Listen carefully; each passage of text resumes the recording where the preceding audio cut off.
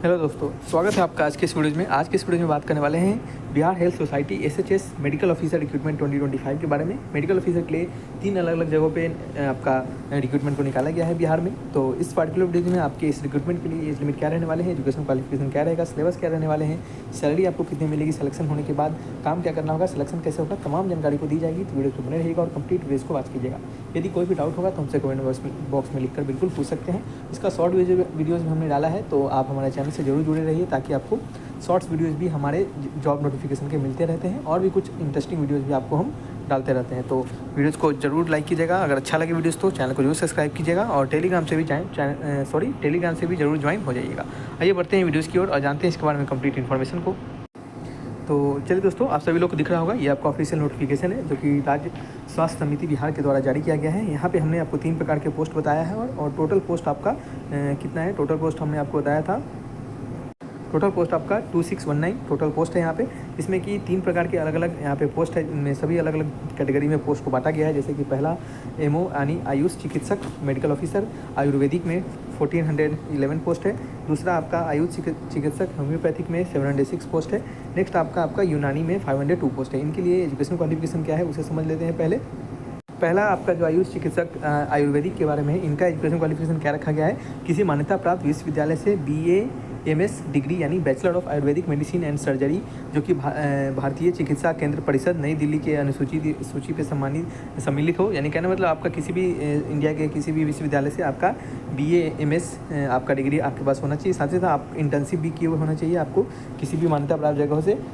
Next आपका तीसरा जो है बिहार राज्य आयुर्वेदिक एवं यूनानी चिकित्सा परिषद बिहार पटना में निबंध होना चाहिए। यानी आपका बिहार राज्य आयुर्वेदिक एवं यूनानी चिकित्सा परिषद में आपका रजिस्ट्रेशन होना चाहिए। ठीक है, तो ये अगर आपने इन तीनों पार्टिकुलर चीज़ों को अगर आपने सेटिस्फाई किया तो आप इस पार्टिकुलर फॉर्म को बनने के लिए एलिजिबल हैं। सेम टू सेम इसमें भी आपका होम्योपैथिक और आपका यूनानी में भी सेम टू सेम है। यहाँ भी BA MCH degree bachelor of homeopathic medicine, homeopathy है तो होम्योपैथिक में रहना चाहिए। आप इंटर्नशिप किया होना चाहिए और बिहार राज्य के होम्योपैथिक चिकित्सा परिषद में आपका रजिस्ट्रेशन होना चाहिए। ठीक है, चलिए नेक्स्ट आगे बढ़ते हैं। ये आपका एजुकेशन क्वालिफिकेशन हो गया। नेक्स्ट बात करते हैं एज लिमिट के बारे में। आपका जो एज लिमिट है उसका कट ऑफ 1/8/2024 होगा। यानी 1/8/2024 से आपके सारे एज को काउंट किया जाएगा, जिसमें कि आपका मिनिमम एज 21 ईयर का होना चाहिए और आपका मैक्सिमम एज जो है आपके EWS कैंडिडेट के लिए 37 ईयर, अत्यंत पिछड़ा वर्ग और पिछड़ा वर्ग के लिए 40 ईयर, EWS महिला के लिए 40 ईयर और अनुसूचित जाति अनुसूचित जनजाति के लिए 42 ईयर्स। बात करते हैं यहाँ पे और साथ ही साथ जो एज रिलैक्सेशन मिलते हैं वो भी यहाँ पे आपको दिए जाएंगे। रिलैक्सेशन आपका अलग अलग कैटेगरी वाइज था और जो भी दिव्यांग होंगे उनके लिए 10 वर्ष का अलग से एज रिलैक्सेशन दिया जाएगा। नेक्स्ट आगे बढ़ते हैं। आपका फॉर्म भरने का जो डेट है वो 26/5/2025 से 15/6/2025 तक फॉर्म को भरा जाएगा।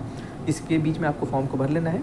स्टूडेंट्स, अगर हम आपको सभी दोस्तों को बता दें कि अगर आपको वीडियोस फास्ट लग रहा होगा तो इसे स्लो करके देख सकते हैं। फास्ट बनाने का एक ही मकसद होता है ताकि आपको कम समय में जल्दी से जल्दी जानकारी दी जाए। नहीं तो क्यों कुछ ऐसे लड़के होते हैं, कुछ ऐसे कैंडिडेट होते हैं, वो क्या करते हैं, वो मैसेज लिखते रहते हैं इधर से कि सैलरी बता दो, सैलरी बता दो, इतना क्यों बता रहे। अरे भाई, पूरा चीज़ आपको जो नोटिफिकेशन हमने लिखा है उस कंप्लीट डिटेल्स को हमने दे रहा है।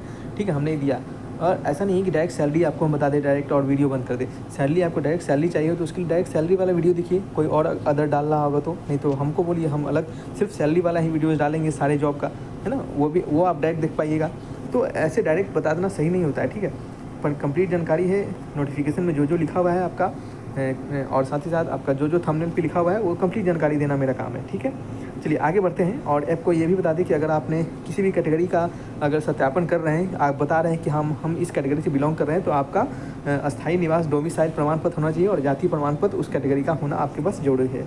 ठीक है, नेक्स्ट आगे बढ़ते हैं और आपका यहाँ पर बात करते हैं आवेदन शुल्क के बारे में। आवेदन शुल्क आपका जो सामान्य वर्ग होंगे, EWS होंगे और पिछड़ा वर्ग होंगे, OBC होंगे, उनके लिए 500 रुपीज़ फीस लगेगा। अनुसूचित जाति और बाद बाकी सभी के लिए 125 रुपीज़ का फीस लगेगा। ठीक है, चलिए आगे बढ़ते हैं।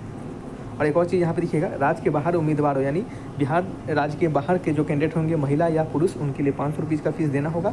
तो जो भी कैंडिडेट हमसे पूछते हैं कि सर हम इस स्टेट से हैं, फॉर्म भर सकते हैं कि नहीं, बिल्कुल भर सकते हैं। लेकिन आपको अगर दूसरे स्टेट से हैं तो आपको हमेशा जनरल में ही ट्रीट किया जाएगा, कोई कैटेगरी आपका यहाँ पे मान्य नहीं होगा। ठीक है, और आपको जो जनरल का फीस लगता है फॉर्म भरने का वो आपको यहाँ पे देना होगा। आपका चयन का जो आधार होगा, यानी सिलेक्शन जो प्रोसेस होगा वो CBT माध्यम से होगा। एक CBT एग्जाम होगा।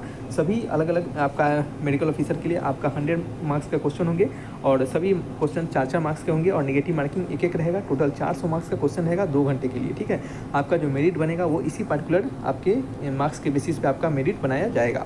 बात करते हैं इसका जो मेट बन जाएगा उसके बाद क्या होगा, आपका मेट बनने के बाद आपको क्या होगा, एक डॉक्यूमेंट वेरिफिकेशन के लिए बुलाया जाएगा, जो कि तमाम चीज़ें यहाँ पे बताई गई है, इन सभी डॉक्यूमेंट्स आपके पास होने चाहिए, ठीक है। तो एक बार आप ध्यान से थोड़ा थोड़ा करके वीडियोस पॉज करके देख लीजिए, हम थोड़ा थोड़ा ऊपर कर देते हैं, क्योंकि इसके लिए आपको वीडियो चाहिए होगा तो अलग से बना देंगे, एक ही वीडियो में सारे चीज़ों को बताना वीडियोज़ लंबा होता है, ठीक है। चलिए आगे बढ़ते हैं, नेक्स्ट बात करने वाले हैं आपका सभी कुछ हमने आपको लगभग जानकारी बता दी है। अब हम आपको बताते हैं यहाँ पे आपको सैलरी कितनी मिलेगी और आपको काम क्या करना होगा। तो चलिए दोस्तों, आप सभी को बता दें कि आपका काम क्या होगा यहाँ पे। एज ए मेडिकल ऑफिसर आपको क्या करना होगा, एक कह सकते हैं आपको इलाज करना होगा या फिर आपका स्वास्थ्य कार्यक्रमों को लागू करना होगा। यदि गवर्नमेंट कोई नया स्वास्थ्य का स्कीम निकालती है, कहीं आपका कहीं शिविर होता है स्वास्थ्य के लिए, तो वहाँ पे आपको जाकर उस कार्यभार को संभालना होगा और आपका प्राथमिक स्वास्थ्य केंद्रों पर आपको प्रशासनिक कार्यों को संभालना होगा। वे ग्रामीण और शहरी दोनों क्षेत्रों में आपका बुनियादी स्वास्थ्य सेवाएं प्रदान करते हैं, यानी कहने मतलब आपका ग्रामीण और शहरी इलाका सभी जगह आपको जो स्वास्थ्य सेवाएं होती हैं वो आपको देना होता है। आगे बढ़ते हैं और आपको बताते हैं यहाँ पे सैलरी आपको कितनी मिलेगी। तो आप यहाँ पे सभी लोग देख रहे होंगे, आपका जो सैलरी होगा वो फिक्स सैलरी होगा, जो कि 32,000 के आसपास होगा। 32,000 के आसपास नहीं, 32,000 ही सैलरी होगा, फिक्स्ड होगा। और ये देखिए, ये प्रति माह आपका 32,000 सैलरी होगा। यहाँ पे एक और चीज़ है जो कि हम आपको बता दें थोड़ा। यहाँ पे आप अगर इसको देखेंगे तो आपका नंबर 7 को, तो आपको थोड़ा पता चलेगा यहाँ पे एक चीज़ क्या है। वो चीज़ इसे देखिएगा, यहाँ पे लिखा गया है कि आपका जो यहाँ पे नियोजन होगा वो पूर्णतः संविदा के आधार पर 11 माह के लिए किया जाएगा, ठीक है। आपका जो यहाँ पे सिलेक्शन होगा वो ये जो जॉब होगा ये संविदा के तौर पे होगा, जो कि 11 मंथ के लिए होगा। और संतोष प्लस, यानी आपका कह सकते हैं अगर आपका संतुष्ट आपका कार्य होगा, यानी अगर आप अच्छे से काम करते हैं तो इस संविदा को 60 वर्ष आयु तक आपका बढ़ा दिया जाएगा, या फिर NHM अंतर्गत आरोपी के उक्त पद की स्वीकृति होने एवं राशि उपलब्ध रहने पर जो भी पहले होगा वो अवधि के लिए विस्तारित किया जाएगा। यानी कहने मतलब या तो आपको 60 वर्ष के लिए बढ़ा दिया जाएगा, या फिर NHM अंतर्गत आरोपी का अगर पद आपका खाली होगा तो उस पद के लिए आपको यहाँ पे रखा जाएगा, ठीक है। तो आपको समझ में आया होगा, ये एक तरह से संविदा के तौर पे वैकेंसी है, बट लेकिन अगर आपका अच्छा कार्य रहा तो आपको आगे बढ़ाकर 60 वर्ष तक किया जाएगा, ठीक है। तो ये हो सकता है आप अगर हमसे कमेंट बॉक्स में पूछे तो इस वीडियोज़ को अगर आप कंप्लीट देख रहे होंगे तो आपको सारी जानकारी मिल गई होगी।